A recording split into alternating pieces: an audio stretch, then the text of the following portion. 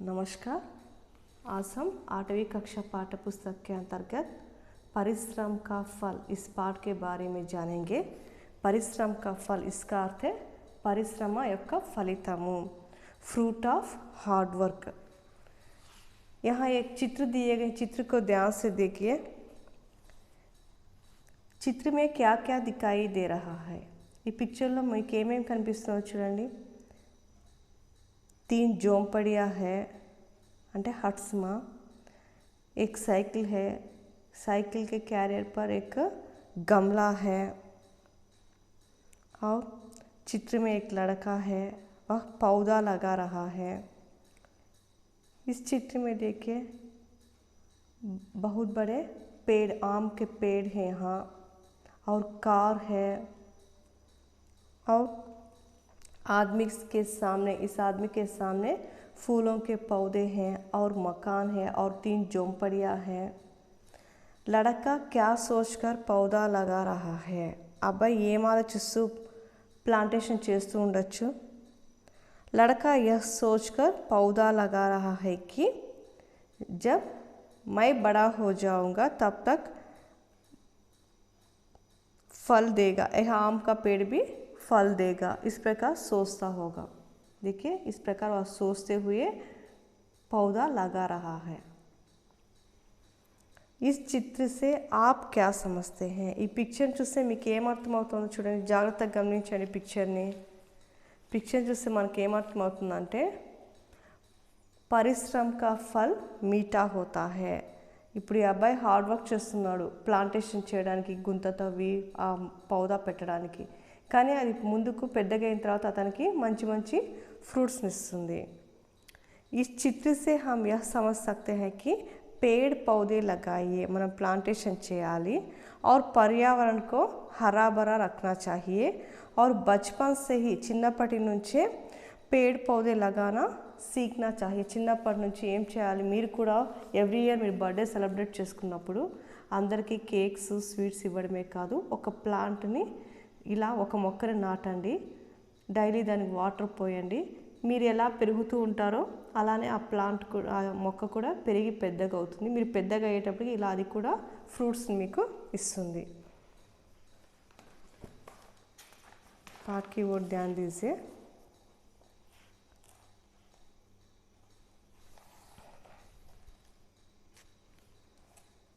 परिश्रम का फल इसका अर्थ है परिश्रम యొక్క ఫలితము, फ्रूट ऑफ हार्ड वर्क। एक गांव में कपड़े बुनने वाला एक कारीगर रहता था। एक गांव में ఒక विलेज లో कपड़े बुनने वाला, कपड़े बुनने वाला को कहते हैं वीवर माँ, वीवर ఉండేవాడు। वह भी कैसा था, एक कारीगर, कपड़े बुनने वाला एक कारीगर रहते था, అంటే వీవింగ్ చేసే అతను ఒకడు ఉండేవాడు। అతను కూడా ఎలాంటి వాడు అంటే కారీగర్, కారీగర్ అంటే నిపుణుడు, అంటే బాగా టాలెంట్ ఉన్నవాడు, అంటే మంచిగా బట్టలు నేసే అతను ఒక విలేజ్లో ఉన్నాడు। वह तरह तरह के कपड़े बुनकर बेचता था। అతను तरह तरह డిఫరెంట్ బట్టలు నేసి అమ్మేవాడు। బున్కర్ తయారు చేసి డిఫరెంట్ బట్టలు తయారు చేసి సేల్ చేసేవాడు। బేచనా అంటే టు సెల్। जो बहुत ही प्रसिद्ध थे, ఆ బట్టలు చాలా ఫేమస్ అన్నమాట। ఇతను నేసిన బట్టలు, ఇతను తయారు చేసిన బట్టలు అంటే అది బాగా సేల్ అయ్యేవి, చాలా ఫేమస్।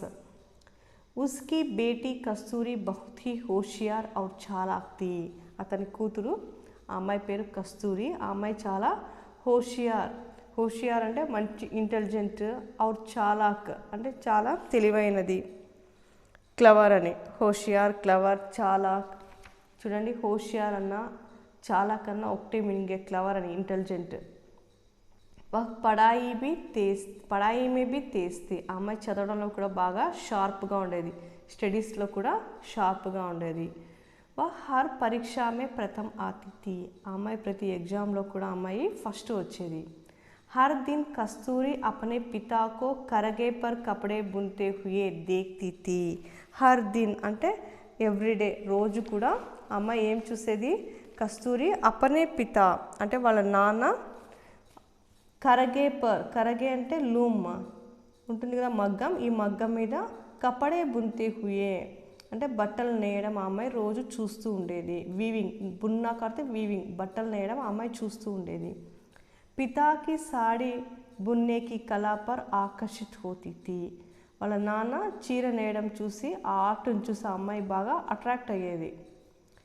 పితాకి తరహ్ సాడీ బున్నా చాతీ థీ ఆ అమ్మాయి కూడా పితాకి తరహ్ వాళ్ళ నాన్నలాగా సాడీ బున్నా శారీని నేయడం నేర్చుకోవాలి అనుకునేది. నేను కూడా ఇలా నేర్చుకోవాలి, ఇలా చేయాలి అని అనుకునేది. ఏక్ దిన్ ఉస్నే పితాసే కహా ఒకరోజు ఆ అమ్మాయి వాళ్ళ నాన్నతో చెప్పింది, మై బీ సాడీ బున్నా సీఖుంగి నేను కూడా చీర నేయడం నేర్చుకుంటాను అని వాళ్ళ నాన్నని అడిగింది. ఏక్ దిన్ ఉస్నే పితాసే కహా మై బీ సాడీ బున్నా సీఖుంగి నేను కూడా చీర నేయడం నేర్చుకుంటాను నాన్న అని వాళ్ళ నాన్న అడిగింది. పితానే మాన్ లియా మాన్ లేనా కాడితే అగ్రీడ్ వాళ్ళ నాన్న కూడా ఒప్పుకున్నాడు. అబ్ వహ్ పితాకే పాస్ సాడీ బున్నా సీఖనే లగి అప్పటి నుంచి ఆ అమ్మాయి డైలీ వాళ్ళ నాన్న దగ్గరకు వెళ్ళి శారీని ఎలా తయారు చేస్తారో నేర్చుకునింది. సీఖనే లగి నేర్చుకోవడం స్టార్ట్ చేసింది. कस्तूरी के पिता परिवार को चलाने के लिए अधिक समय तक काम करते थे. కస్తూరి వాళ్ళ నాన్న పరివార్కు చలానే लिए అంటే ఫ్యామిలీని నడపడానికి, అంటే ఇంటికి కావాల్సిన ఐటమ్స్ తీసుకురావడానికి, అలా ఇంటిలో కావాల్సినవన్నీ తెచ్చివ్వడానికి కోసమని తను అధిక్ సమయం తక్ కామ్ కర్తే తే చాలా టైం వరకు వర్క్ చేసేవాడు. జిస్సే ఉన్కా స్వాస్థ్ బిగడ్ గయా అలా రోజు తను చాలా టైం వరకు వర్క్స్ చేయడం వల్ల అతని హెల్త్ పాడైపోయింది. స్వాస్థ్ కార్తే హెల్త్, బిగడ్నా కార్తే స్పాయిల్ తన ఆరోగ్యం చెడిపోయింది, తన అనారోగ్యం పాలయ్యాడు. పరివార్ కా ధ్యాన్ రఖనా ముష్కిల్ హో గయా థా ఫ్యామిలీ మీద కాన్సన్ట్రేట్ చేయడం చాలా కష్టం అనిపించింది. ఫ్యామిలీ మీదని జాగ్రత్తగా చూసుకోవడానికి తనకు చాలా కష్టంగా అనిపించింది.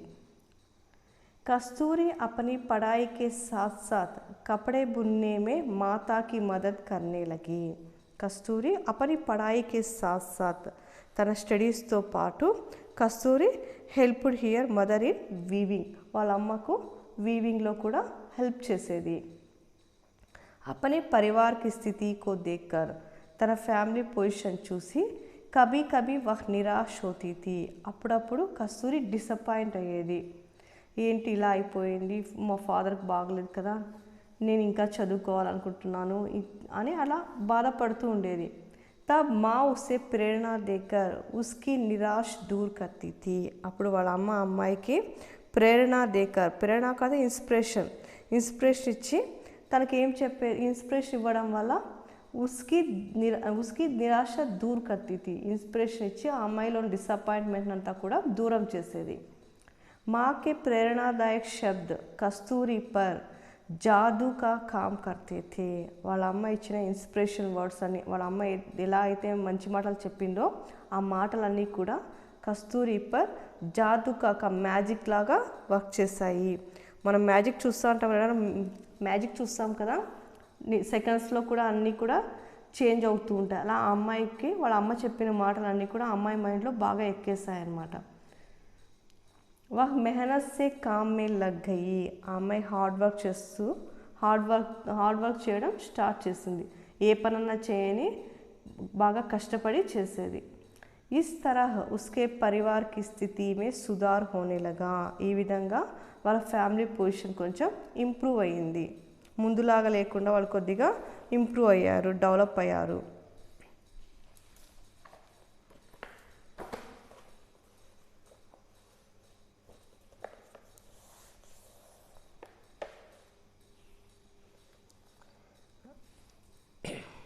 कस्तूरी ने कई प्रदर्शनियों में भाग लेकर पुरस्कारों के साथ लोगों का दिल भी जीत लिया. కస్తూరి చాలా ప్రదర్శనీయ అంటే ఎగ్జిబిషన్స్ చాలా ఎగ్జిబిషన్లో పార్టిసిపేట్ చేసి పురస్కారంకే సాత్ ప్రైజెస్నే కాదు తను అందరి మనసులను కూడా గెలుచుకుంది. Kasturi participated in many handloom exhibitions తను చాలా ఎగ్జిబిషన్లో పార్టిసిపేట్ చేసింది. And won many prizes as well as the hearts of the people. తను ఎలా ప్రైజెస్ గెలుచుకునిందో, ప్రైజెస్ గెలుచుకోవడమే కాదు అందరి యొక్క మనసులను కూడా గెలుచుకుంది. వహ్ అపని పడాయి పూరీ కరికే డిప్యూటీ కలెక్టర్ బి బని. ఆ అమ్మాయి తన స్టడీస్ని కంప్లీట్ చేసి తను డిప్యూటీ కలెక్టర్గా కూడా అయిపోయింది, డిప్యూటీ కలెక్టర్ పొజిషన్కి వెళ్ళింది. कस्तूरी ने करगे सिखाने के लिए गांव में एक संस्था खोली. కస్తూరి కరగే సిక్కానేకి వెళ్ళి, కరగే సిక్కానా అంటే వీవింగ్ చేయడం నేర్పించడానికి తను ఒక సంస్థను కూడా ఏర్పాటు చేసింది. సంస్థ అంటే ఒక వ్యవస్థ, ఒక ఇన్స్టిట్యూట్ని స్టార్ట్ చేసింది. సంస్థ మే ఆకర్ గావ్ కి కయి లడకియా నే బునాయి సీకి. ఆ సంస్థలో, ఆ ఆర్గనైజేషన్లో చాలామంది జాయిన్ అయ్యి, ఆ ఇన్స్టిట్యూట్లో చాలామంది జాయిన్ అయ్యి ఆడపిల్లలంతా కూడా వీవింగ్ నేర్చుకోవడం స్టార్ట్ చేశారు. उसने अपने गांव में करगे का शिक्षण संस्था की स्थापना की. she established a weaving training institute in her village. ఆ అమ్మాయి వాళ్ళ విలేజ్లో ఒక ఇన్స్టిట్యూట్ని స్టార్ట్ చేసింది అనమాట. ఆ ఇన్స్టిట్యూట్ ఏంటి అంటే వీవింగ్ ట్రైనింగ్ ఇన్స్టిట్యూట్.